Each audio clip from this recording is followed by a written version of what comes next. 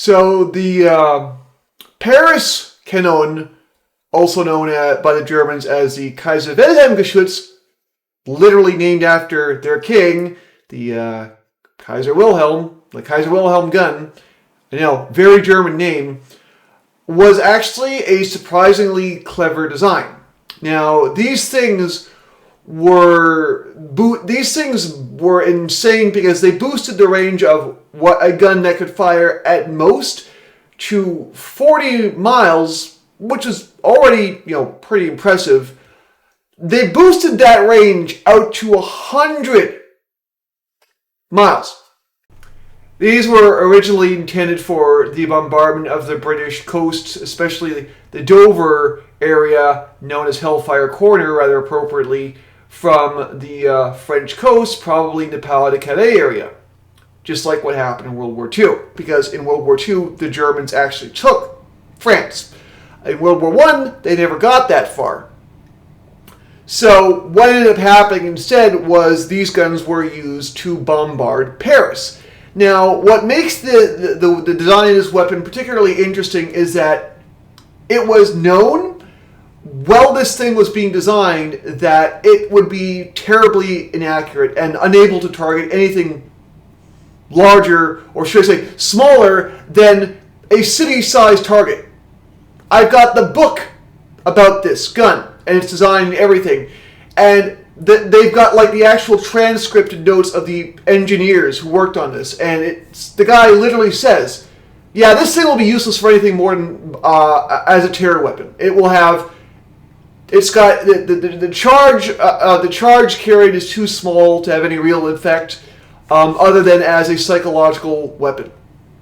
That's what it says, and so. The Prussian-German military of World War I, not being insane and led by Hitler like it was in World War II, for obvious reasons, didn't want a gun that was basically useless other than for scaring civilians.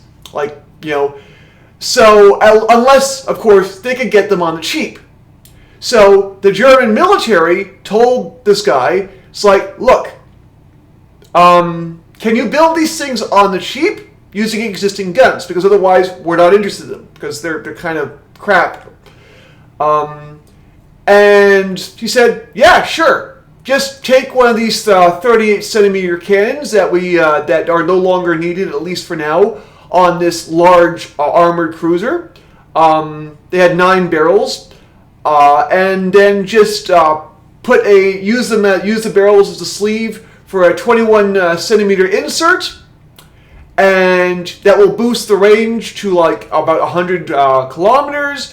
And then when we're done with them, you can literally just take off the extended barrel and reuse them and keep using them either as a 38 centimeter gun, or even remount them on the cruiser they were originally intended for, which is really clever.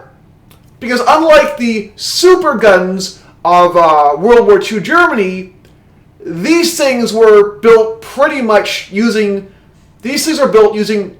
available parts on the cheap, intended fully to be converted back into their original configuration, which is why they put the barrel. They just used the 38 centimeter gun as effectively a liner and mounting system.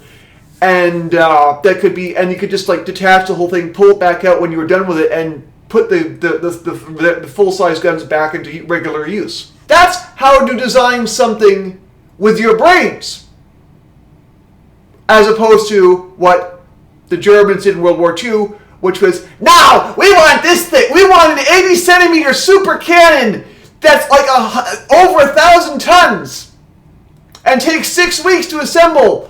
On site, and is insanely expensive and insanely complicated.